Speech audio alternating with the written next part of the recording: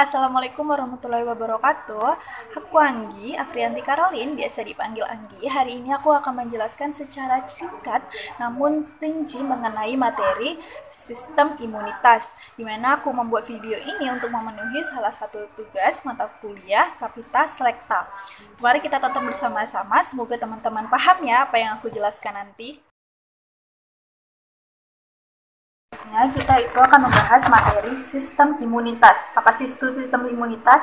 Nah, jadi aku bakal jelasin. Sistem imun atau sistem kekebalan adalah sel-sel dan banyak struktur biologis lainnya yang bertanggung jawab atas imunitas, yaitu pertahanan pada organisme untuk melindungi tubuh dari pengaruh biologis luar. Nah, caranya itu dengan mengenali dan membunuh patogen tersebut.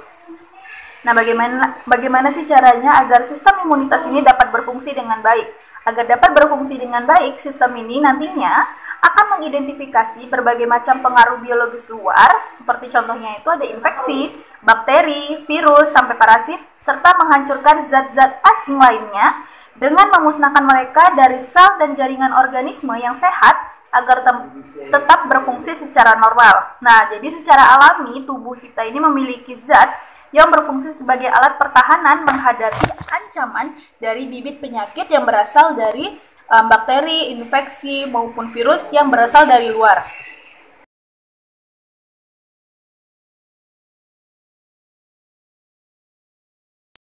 Untuk mekanisme yang pertama yaitu adalah sistem imun non-spesifik. Jadi, dalam mekanismenya, imunitas non-spesifik ini memiliki sifat selalu siap dan memiliki respon langsung serta cepat terhadap adanya patogen pada individu yang sehat. Sistem imun ini bertindak sebagai lini pertama dalam menghadapi infeksi dan tidak menerima pajanan sebelumnya. Bersifat tidak spesifik karena tidak ditunjukkan terhadap patogen atau mikroba tertentu yang telah ada dan berfungsi sejak kita lahir. Mekanismenya ini tidak menunjukkan spesifitas dan melindungi tubuh terhadap patogen yang potensial. Manifestasi respon imun alamiah dapat berupa kulit, epitel mukosa, selaput lendir, gerakan silia, saluran nafas, batuk dan bersin, lisozim, LGA, pH asam lambung. Pertahanan humoral non-spesifik berupa komplemen, interferon, protein fase akut, dan kolektin. Komplemen terdiri atas sejumlah besar protein yang bila diaktifkan ini nantinya akan membentuk proteksi terhadap infeksi dan berperan dalam proses inflamasi. Selanjutnya itu ada sistem imun spesifik. Jadi tadi kan non spesifik, sekarang yang spesifik. Jadi sistem imun spesifik ini mempunyai kemampuan untuk mengenali benda yang dianggap asing dari luar. Nah, benda asing ini yang pertama kali muncul akan langsung dikenali dan terjadi sensitisasi sel-sel sistem imun tersebut. Jadi benda asing yang sama bila terpajan ulang nantinya akan dikenal lebih cepat dan kemudian akan langsung dihancurkan. Respon sistem imun spesifik ini lebih lambat karena dibutuhkan sensitisasi oleh antigen, namun perlindungannya ini lebih kuat daripada sistem imun spesifik. Karena walaupun antigennya sama, namun perlindungannya ini lebih baik karena sistem imun spesifik lebih mudah menghancurkan dan lebih mudah sensitif terhadap benda-benda asing yang masuk ke dalam tubuh. Jadi sistem imun spesifik ini dibagi lagi menjadi dua. Yang pertama itu adalah sistem imun spesifik humoral, di mana limfosit B atau sel B ini berperan dalam sistem imun spesifik humoral yang akan menghasilkan antibodi. Nah, antibodi ini nantinya dapat ditemukan di serum darah. Di mana dia berasal? Nah, jadi berasal dari sel B yang mengalami proliferasi dan berdiferensiasi menjadi sel plasma. Nah, jadi fungsi utama dari antibodi ini sebagai pertahanan terhadap infeksi ekstraseluler, virus dan bakteri, serta menetralisasi toksinnya. Sel B memiliki reseptor yang spesifik untuk tiap-tiap molekul antigen dan dapat dideteksi melalui metode tertentu melalui marker seperti CD19 dan CD21.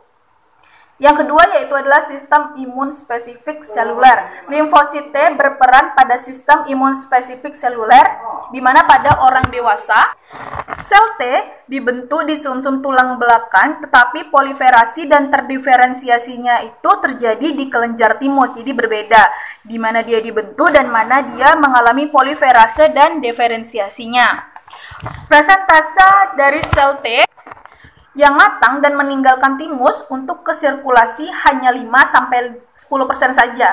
Lalu fungsi utama dari sistem imun spesifik seluler ini adalah pertahanan terhadap bakteri intraseluler, virus, jamur, parasit, dan keganasan yang lainnya.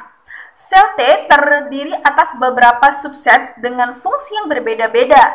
Nah, jadi banyak banget nih dari sel T-nya itu, misalnya yaitu ada TH1, TH2, TDTH, CTL atau TC, TH3 atau TS, atau sel TR. CD4+ merupakan penanda bagi sel T helper dan CD8 merupakan penanda dari CTL yang terdapat pada membran protein sel.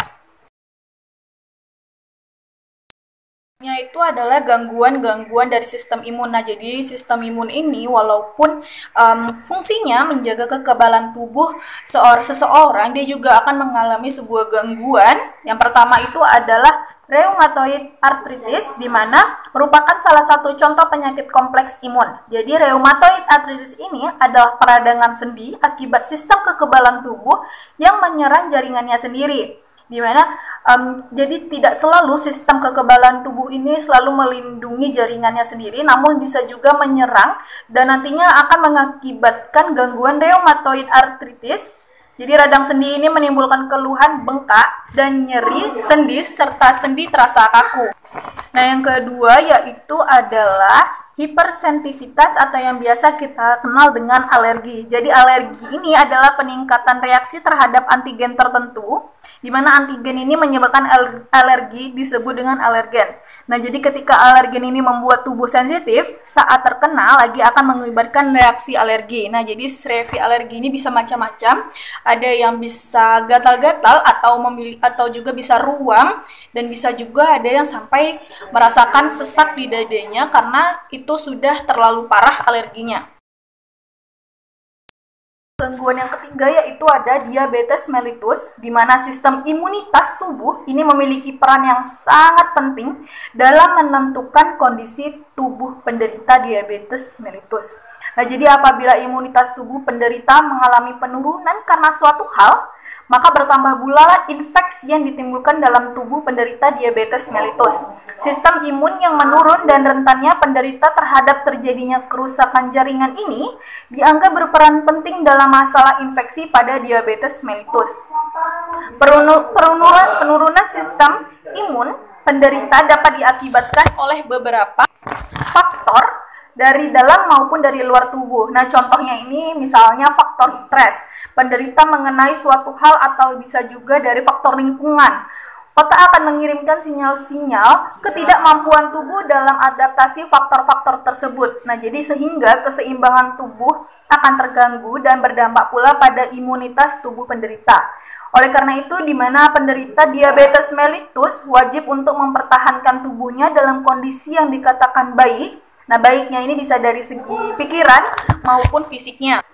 Jadi jika tidak demikian, maka penderita akan mengalami infeksi lanjut dan berakibat pada timbulnya penyakit-penyakit yang akan datang lagi. Itu adalah tumor ganas limfoma, di mana limfoma ini merupakan penyakit keganasan yang berasal dari jaringan limfoid mencakup sistem limfatik atau imunitas tubuh. Jadi limfoma ini terjadi akibat dari adanya pertumbuhan yang abnormal dan tidak terkontrol dari sistem imun yaitu limfosit. Nah, jadi sel limfosit yang bersifat ganas ini nantinya akan menuju ke berbagai bagian dalam tubuh seperti limfonodi, limfa, sumsum tulang belakang, darah atau berbagai organ lainnya yang nantinya malah akan membentuk suatu massa yang disebut sebagai tumor. Jadi tumor ini juga ada beberapa seperti tumor ganas dan tumor jinak. Tubuh memiliki dua jenis limfosit utama yang dapat berkembang menjadi limfoma yaitu sel B limfosit dan sel T limfosit.